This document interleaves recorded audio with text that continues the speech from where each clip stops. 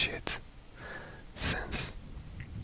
But even though the house was locked and no one come or went, on some nights the lights in the courtyard of that house would be on every night as if someone was living there.